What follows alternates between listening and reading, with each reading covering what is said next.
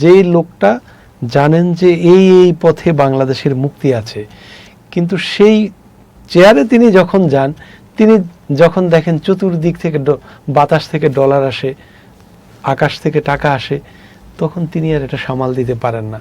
কিন্তু তার সামনে যদি এটি পরিষ্কার থাকতো যে না, আমার জীবন তো দীর্ঘ জীবন, শুধু পৃথিবীর জীবন শেষ নয়, আরো জীবন আছে আমার, ঠিক এই একটি প্রশ্নে তখন যখন দাঁড়াবেন, তখন তার পক্ষে কেবল সৎ থাকা সম্ভব, এছাড়া সম্ভব না। আমরা দেখতে পাচ্ছি যে বাংলাদেশে কিছু সংখ্যক মানুষ যারা বিশ্বাস করেন বা বিশ্বাসী মানুষ, তাদের মধ্যে এমন একটা উগ্রবাদ তৈরি করা হচ্ছে যে উগ্রবাদ বুদ্ধিবৃত্তিক পদ্ধতিতে কোনো কিছু সমাধান না করে বরং ধ্বংসের কাজে প্রয়োগ করা হচ্ছে। যেমন কোনো গণমাধ্যমকে হামলা করছে, সে গণমাধ্যম তৈরি করার কাজে তার শক্তিমত্তা ব্যয় করছে না, সে ধ্বংস করে বরং তার আদর্শকে আরো খাটো করছে। মাজারে হামলা হচ্ছে বা ভিন্ন চেতনার ভিন্ন আদর্শের প্রতিষ্ঠানে সে হামলা করছে, এবং এই হামলা করবার জন্যে একটা গ্রুপ উস্কে দিচ্ছে। অনেকে বলেন যে এর পেছনে আসলে ভিন্ন উদ্দেশ্য আছে, এদেশের বিশ্বাসী মানুষকে অপরাধী হিসেবে উপস্থাপন করা, যেটা আমাদের নবীজিরও পথ না, পন্থা না, সেই পন্থায় এই নিরীহ মানুষদেরকে একটা বয়ান দিয়ে, ভুল বয়ান দিয়ে ঠেলে দেয়া। এটার দুটো উদ্দেশ্য, একটা হচ্ছে যে তাদেরকে ক্রিমিনালাইজ করা, অপরাধী হিসেবে চিহ্নিত করা, আরেকটা বিষয় তাদের যে মূল কাজ সেটা থেকে দূরে সরিয়ে দেয়া। আপনি কি এই ধরনের প্রবণতা দেখেছেন এবং আপনার কি মনে হয়? এক্স্যাক্টলি তাই, এ ব্যাপারে কোনো সন্দেহ নেই। এবং এটা শুধু বাংলাদেশে না, এটা বিশ্বব্যাপী। এটি এখানে আবার একটু পেছনে যেতে হবে যে দ্বিতীয় বিশ্বযুদ্ধের পরে 1948 সালে যখন ইসরায়েল প্রতিষ্ঠিত হলো, ইসরায়েল রাষ্ট্রটি, এবং পৃথিবীতে মোসাদ যখন থেকে কার্যক্রম শুরু করলো, তখন থেকে কিন্তু এই বিপরীতমুখী জিনিসটা শুরু হলো। অর্থাৎ বাইরের অবয়বে তিনি মুসলমান, কিন্তু তার কার্যক্রম হলো পুরোটা ইসলামের বিরুদ্ধে। যারা ইসলামের নামে মাজার ভাঙছে, ইসলাম কোথাও মাজারকে ভাঙতে বলেনি। যারা ইসলামের নামে কারো মিডিয়া হাউসে অ্যাটাক করছে, সেটি অন্যায়, চরম অন্যায়, এটি হতে পারে না। ইসলাম এই ব্যাপারে একেবারেই স্বচ্ছ। ইসলাম কোনো অন্যায়কে প্রশ্রয় কোথাও দেয়নি। ইসলামের নাম নিয়ে কেউ অন্যায় করবে আর সেটা জায়েজ হয়ে যাবে, এটা ভাবার কোনো কারণ নেই। এবং বরং এখানে ইসলামপন্থীদেরকে বা ইসলাম যারা মান্য করতে চান, তাদেরকে বিপদে ফেলার জন্য ইসলাম বিদ্বেষীদেরকে দিয়ে এই কাজ করানো হয়, কিংবা এমন লোকদেরকে বাছাই করা হয় যারা ইসলাম সম্পর্কে জানে না কিন্তু একটা চেতনা আছে, তাদেরকে এমন ধোলাই করা হয়, এমন ট্যাবলেট দেওয়া হয় যে ট্যাবলেট খেয়ে তারা উন্মাদের মতো সেই কাজগুলোই ইশারা ইঙ্গিতের মতো করে যায়। এবং এটি দ্বারা প্রকৃত ইসলামকে খাটো করার কাজটি তারা করতে চায়। মজার ব্যাপার হলো, ইসলাম কখনো খাটো হয় না, এটা হলো সত্য, কারণ ইসলামের দায়িত্ব আল্লাহ নিজে নিয়েছেন। কিন্তু যারা এটা করেন তারা সাময়িকভাবে কিন্তু সাফল্য পেয়ে যান অনেকাংশে, এবং সেটা পেয়ে যান হলো মিডিয়ার কারণে। এখানে যারা ইসলামকে ওন করেন, ইসলামকে যারা মান্য করতে চান বা যারা বিশ্বাসী, তারা আধুনিক যুগে যে মিডিয়া কতটা শক্তিশালী এই জিনিসটাকে বুঝতে ব্যর্থ হয়েছে এখনো, যে কারণে একটি মাজার এক জায়গায় ভেঙে সেটাকে বিশ্বে ছড়িয়ে দিচ্ছে মিডিয়ার মাধ্যমে। একজন ব্যক্তি, তিনি পীর, তার উপর হামলা করে দেখা গেল বিশ্বে দেখাচ্ছে যে এখানে মানে এরা কেউ, এদের হাতে নিরাপদ না, এই মুসলমানদের হাতে এরা কেউ নিরাপদ না। সুতরাং এরা যেহেতু সংখ্যাগরিষ্ঠ, এই রাষ্ট্রও নিরাপদ না এদের হাতে। এই জিনিসটা আন্তর্জাতিকভাবে প্রতিষ্ঠিত করা হচ্ছে। এটা একটা গভীর ষড়যন্ত্র, গভীর ষড়যন্ত্র। এবং এই ষড়যন্ত্র অনেক দূরের, যে এই গোষ্ঠীকে কখনো মৌলিক পাওয়ারে আসতে দেওয়া যাবে না, মূলধারায় আসতে দেওয়া যাবে না। এবং যাবে না যে সেই জিনিসটা অনেকে সাক্ষ্য দিচ্ছেন বা তারা আসতে দেন না এরকমও বলছেন। সুতরাং এটা তো একেবারেই জলজন্ত বিষয় যে একটি দিয়ে আরেকটি করা হচ্ছে, বাইরে একটি সিগন্যাল, ভেতরে কাজ কিন্তু আরেকটি। আমি শেষ পর্যায়ে আছি, দুটো প্রশ্ন। একটা হচ্ছে যে বাঙালি মুসলমানের মধ্যে বা বাংলাদেশের মানুষের মধ্যে বিশ্বাসঘাতকতা প্রবণ আচরণ, কোনো কাজে যখন তারা একাট্টা হয় বা সিদ্ধান্ত গ্রহণ করে তখন হয়তো সফল হয়ে যায়, তারা জীবনও দিয়ে ফেলে, কিন্তু সে হয়তো গাজী হয়ে যখন ফিরে এলো, নির্মাণের দায়িত্ব যখন পড়লো, তখন সে দুর্নীতি, অন্যায়, অপকর্মের মধ্যে জড়িয়ে গেল। আমরা যদি 24-এর অভ্যুত্থানের কথাই বলি, যে অকাতরে জীবন দিয়েছে ছাত্র জনতা, এরপরে তাদের প্রতিনিধিরা যখন আবার সরকারে গেছে আশানুরূপ কাজ করতে পারেনি, বরং তাদের বিরুদ্ধে অনেক কিছু অভিযোগ সত্যভাবেই সামনে এসেছে। এটা শুধু 24 না, আমরা 90-এর কথাও যদি বলি বা আমরা যদি 71-এর কথা বলি, একই ঘটনা ঘটেছে।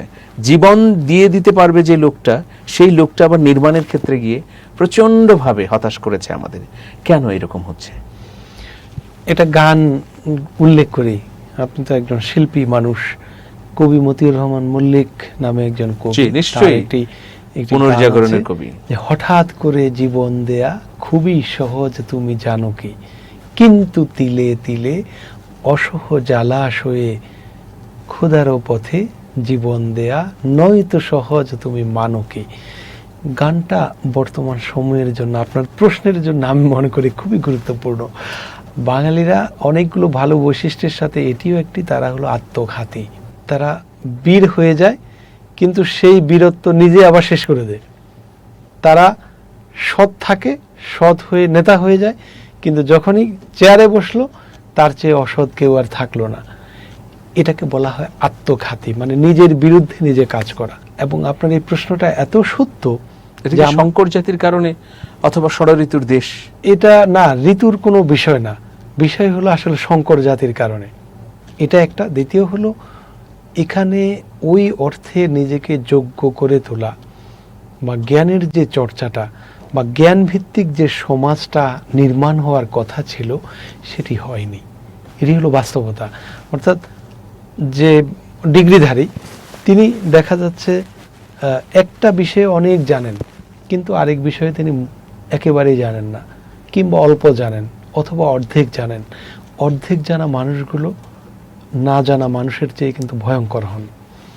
যেই লোকটা জানেন যে এই এই পথে বাংলাদেশের মুক্তি আছে, কিন্তু সেই চেয়ারে তিনি যখন যান, তিনি যখন দেখেন চতুর্দিক থেকে বাতাস থেকে ডলার আসে, আকাশ থেকে টাকা আসে, তখন তিনি আর এটা সামাল দিতে পারেন না।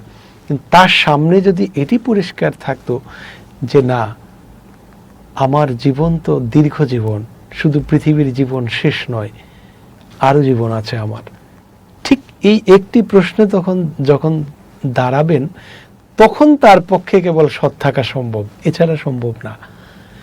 এই শিক্ষাটা কিন্তু নেই যে আমি সৎ থাকবো কি শুধু মানুষের জন্য নাকি আমার স্রষ্টার জন্য। এই প্রশ্ন যখন আসবে তখন কিন্তু সে সৎ থাকতে বাধ্য হবে, এছাড়া সৎ থাকার কোনো সুযোগ নেই। কারণ সে চিন্তা করে দেখবে যে এখন তো কেউ দেখছে না, 10 কোটি টাকা এসে গেছে, আমি এটা সাইড করে ফেলি। কিন্তু তার মনে যদি এটা থাকে, কেউ দেখছে না, একজন দেখছে, ব্যাস। কিন্তু এটা কি যেটা বলা হয়, মানে এই বিশ্বাসী চেতনার বাইরে যে দেশপ্রেম যদি আমার প্রগাঢ় থাকে, দেশপ্রেম কি এটাকে রক্ষা করতে পারে কিনা? হ্যাঁ, অবশ্য অনেক জায়গায় আছে, অনেক দেশে আছে। যেমন প্রধানমন্ত্রীর জীবনী পড়ছিলাম, সম্ভবত আইল্যান্ডের, তিনি 14 বছর প্রধানমন্ত্রী ছিলেন, বিদায় নিলেন তার ব্যক্তিগত সাইকেলে চড়ে, অর্থাৎ তার ব্যক্তিগত গাড়ি ছিল না। তিনি ক্ষমতায় এসে শ্রমিকদের যারা সবচেয়ে নিচে বেতন পেত তার সমান বেতন নিতেন তিনি ব্যক্তিগতভাবে। তার মানে এই যে হাইটটা, এটা সত্যি আমি সারপ্রাইজড হলাম যে তিনি ভাবছেন আমার দেশে সবচেয়ে কম বেতন যে পায় আমি তার সমান বেতন নেব। এটা তখনই সম্ভব হয় যখন দেশের মাটি এবং মানুষের সাথে আত্মা মিশে যায়। এক্স্যাক্টলি ঠিক আমাদের এখানে হতো, যদি যারা বিপ্লব করেছে তারা এই দেশের এই মাটি এবং মানুষকে যদি হৃদয়ে স্থান দিত, তাহলে কিন্তু তারা উতরে যেত। তো উতরে না গিয়ে কি হয়, ওই যে টেবিলের ওপারের পৃথিবীটা দেখলে কিন্তু অসুবিধা হতো না, যে যেই ব্যক্তি সৎ থাকতে পারে না, যেই শাসক, সে কিছুদিনের মধ্যেই যে খরচ হয়ে যায়, এই চেতনাটা তো তার নেই, এই শিক্ষাটা তার নেই।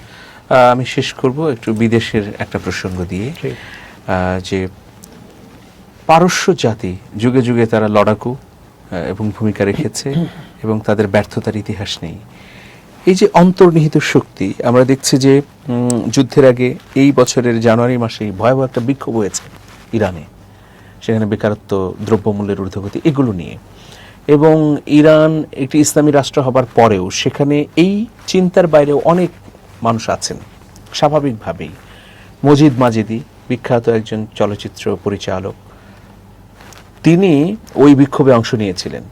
কিন্তু পরবর্তীতে দেখা গেল যখন মার্কিন যুক্তরাষ্ট্র আক্রমণ করলো, এরপরে তিনি বিপ্লবী সরকারের প্রতি সমর্থন জানিয়ে রাজপথেও নেমেছেন, বলেছেন যে না, আমার দেশ আগে, আমি আক্রান্ত হচ্ছি, আধিপত্যবাদীরা আমাকে আক্রমণ করছে। এই যে বীরের জাতি এবং সবাই সংকটে এক হয়ে যাওয়া, ইরানকে আপনি কিভাবে মূল্যায়ন করবেন? ইরান হলো পৃথিবীতে একটি অসাধারণ জাতি এবং এটা হলো পৃথিবীর প্রাচীন সভ্যতার ক্ষেত্র। মেসোপটেমিয়া সভ্যতার কথা যে আমরা বলি, এটি হলো পৃথিবীর সবচেয়ে প্রাচীন সভ্যতা। এই সভ্যতার জায়গাটা কিন্তু এই পারস্যকে ঘিরে, এবং পৃথিবীতে গত প্রায় 2000 বছর ধরে শিল্প, সাহিত্য, সংস্কৃতিতে গোটা পৃথিবীকে লিড করছে। এখনও অতি সম্প্রতি একটি জরিপ হয়েছে, পৃথিবীতে এখন সবচেয়ে বেশি কোন গ্রন্থটি বেশি পঠিত হয়, কবিতার গ্রন্থ। দেখা গেল মাসনবী নামে একটি কবিতা, যেটি ইরানের রুমির মাসনবী। এবং পৃথিবীতে সবচেয়ে বেশি মহাকাব্য পঠিত হয় ফেরদৌসের শাহনামা। সেই শাহনামা ইরানের, এবং ইরানের যে শেখসাদি, ইরানের রুমি, জামি, হাফিজ, ফরিদউদ্দিন আত্তার, এই সমস্ত কবিরা সারা পৃথিবীকে এখনো সাহিত্যে, শিল্পে শাসন করছে। ঠিক ইরানি জাতি এখান থেকে বেড়ে ওঠা, এই মাটি থেকে, এই সংস্কৃতি থেকেই তারা বেড়ে উঠেছে।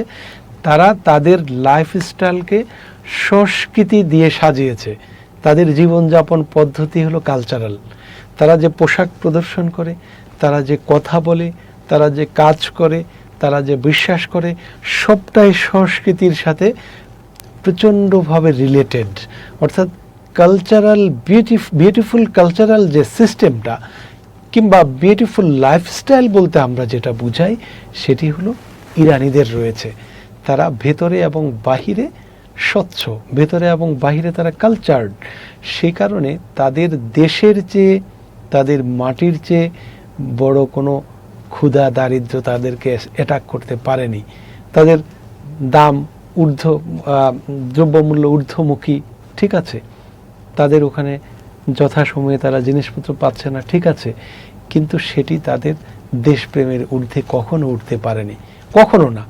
এবং এই জাতিটাও সারা পৃথিবীতে বহু শক্তির প্রকাশ ঘটেছে, বহু শক্তি তাদেরকে প্রধানত করতে চেয়েছে, কিন্তু তারা প্রধানত করতে পারেনি।